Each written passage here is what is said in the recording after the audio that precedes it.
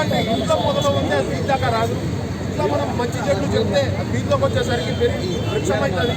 So మనం ఇంట్లో first పిల్లలకి మంచి చెట్ల దగ్గర నుంచి నేర్పియాలి. అమ్మ బొమ్మ రెండు ఒకటి కాదు.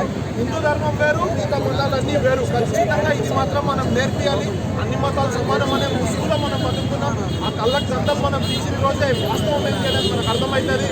సర్వే జన సుఖినో భవంతో ఏ మతము చెప్పదు, ఒక్క సనాతన ధర్మం తప్ప. ఇంకా ఏ దాంట్లో అయినా నన్ను నమ్మకపోతే నాశనమవు, నన్ను నమ్మకపోతే చచ్చిపోనట్టే ఉంటుంది. కానీ నువ్వు నన్ను నమ్మినా నమ్మకపోయినా నువ్వు బాగుండాలి అని చెప్పేది మాత్రం సనాతన ధర్మమే. ఇట్లాంటి సనాతన ధర్మంలో మనందరం ఉన్నందుకు గర్వపడాలి. మన నెక్స్ట్ జనరేషన్స్ మనం అది అందించాలి. అది మానేసి మనమే సెక్యులర్లు అయిపోతూ మనమే అంతా ఒకటేనే భ్రమలో బతికేస్తే నెక్స్ట్ వచ్చే జనరేషన్స్ ఎంత నాశనం అయిపోతాయో మనం ఒకసారి ఆలోచించుకోవాలి. దీని మూలంగా మనం ఒక్కటే గుర్తు చేసుకోవాలి, బంగ్లాదేశ్లో ఎక్కడో జరిగింది, ఇక్కడ జరగదు అనే భ్రమలో మాత్రం మనం ఉండకూడదు.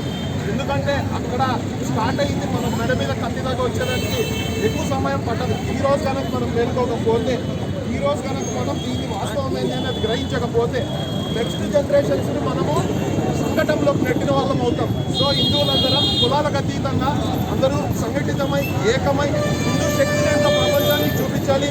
భారత్ మాతా కీ జై, భారత్ మాతా కీ జై.